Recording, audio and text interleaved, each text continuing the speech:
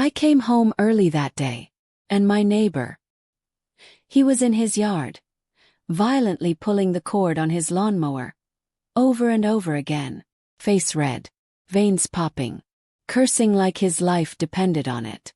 And I just stood there, watching, because I knew something he didn't.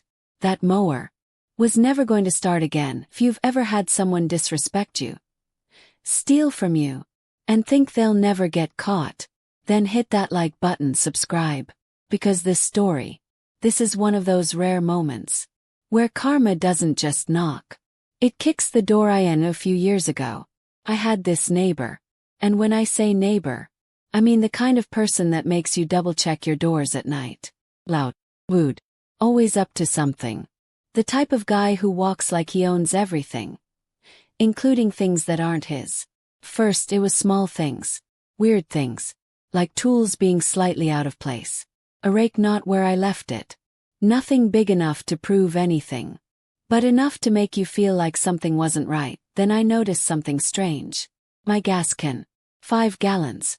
I'd fill it up, leave it in the backyard for my mower, and every time I went to use it, it was nearly empty, which made 0 sense, because my lawnmower tank barely holds a quart. I remember standing there one day, holding that can, shaking it, listening to the weak slosh inside, and thinking, yeah, something's off.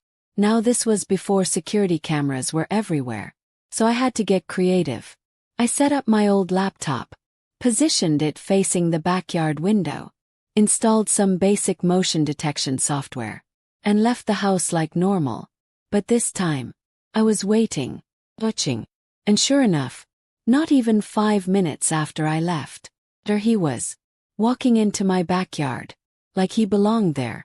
No hesitation, no fear, just grabs my gas can, pours it into his car, then his mower, and casually walks away, like it was nothing, like I didn't matter.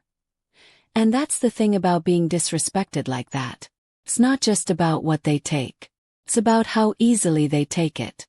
Like you're invisible, like you won't do anything, like you can't do anything. And standing there, watching that footage, felt something shift. Not anger, something colder, something more focused. Because I realized, this guy didn't just need to be stopped. He needed to be taught a lesson, so I came up with a plan. Not loud, not confrontational, just patient, calculated. For the next week, every single time I had to use the bathroom, I didn't go to the toilet. I went to that gas can. You heard that right. Slowly, day by day, that can filled up, not with gas, but with something far worse. And the best part, it still smelled just enough like gasoline to fool an idiot. And I knew he'd take the bait. Then came the final step. I made it obvious. I went outside, checked my car fluids loudly, packed a few bags, made sure he could see me, made sure he believed it, that I was leaving town, that the house would be empty, that the gas can was his for the taking. And then I left, but not really. I drove around the block, waited about an hour, and came back. And what I saw was beautiful. He was in his yard, pulling that mower cord like a man possessed, over and over and over again. Nothing. The engine wouldn't even cough. His face turned red, sweat dripping, muttering curses under his breath. And I just stood there, watching. 'Cause I knew exactly what was inside that tank. And then it got even better. He gave up on the mower, got into his car, drove off, and about 2 blocks later, the car died. Just stopped, right there in the road. And I couldn't help it. I smiled that I walked back to my backyard, picked up the gas can, and shook it. Me. Completely empty. Which meant one thing. He used all of it, every last drop. And in that moment, it wasn't about the gas anymore. It wasn't even about revenge. It was about balance. 'Cause for once, he didn't get away with it. But here's the part that makes this even better. Because that wasn't the only thing this guy had going on. Turns out, he had outstanding warrants. Real ones. So I decided, why stop at just one lesson?